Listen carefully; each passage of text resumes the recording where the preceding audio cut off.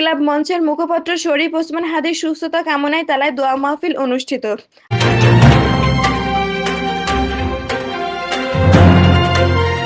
আসসালামু আলাইকুম দর্শক, সকলকে আমন্ত্রণ জানাচ্ছি বিবিআর নিউজে।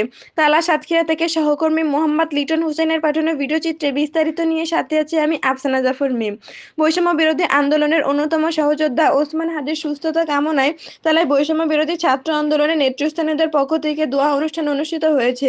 রবিবার 14 ডিসেম্বর সাতক্ষীরা তালার সংগঠনের আয়োজনে মাগরিবের নামাজের পর তালা উপজেলা কমপ্লেক্স জামে মসজিদে দোয়া অনুষ্ঠানের প্রধান অতিথি হিসেবে ছিলেন তালা উপজেলা নির্বাহী কর্মকর্তা তারেক হাসান।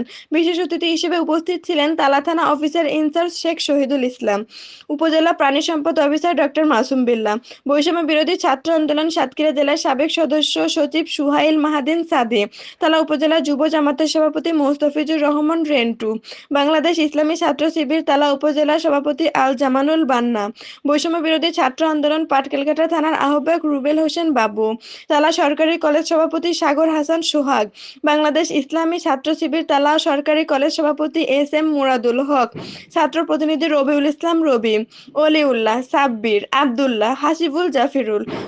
দোয়া অনুষ্ঠানে দোয়া ও মোনাজাত পরিচালনা করেন তালা উপজেলা কমপ্লেক্স জামে মসজিদের খতিব মাওলানা তৌহিদুর রহমান। সার্বিক অনুষ্ঠান পরিচালনা করেন বৈষম্য বিরোধী ছাত্র আন্দোলন জেলা সংগঠক মির্জা সাকিব।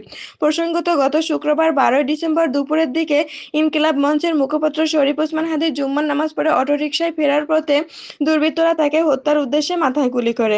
গুলিবিদ্ধ অবস্থায় তাকে ঢাকা মেডিকেল কলেজ হাসপাতালে নেওয়ার পর উন্নত চিকিৎসার জন্য হাদিকে ঢাকা এবার কেয়ার হাসপাতালে নেওয়া হয়েছে। তিনি এখন এবার কেয়ার হাসপাতালে চিকিৎসাধীন রয়েছে। সূত্রমতে, তিনি আগত ত্রয়োদশ জাতীয় সংসদ নির্বাচনে ঢাকা 8 আসনের স্বতন্ত্র প্রার্থী হিসেবে নির্বাচনে প্রতিদ্বন্দ্বী করতে প্রচারণা করছিলেন।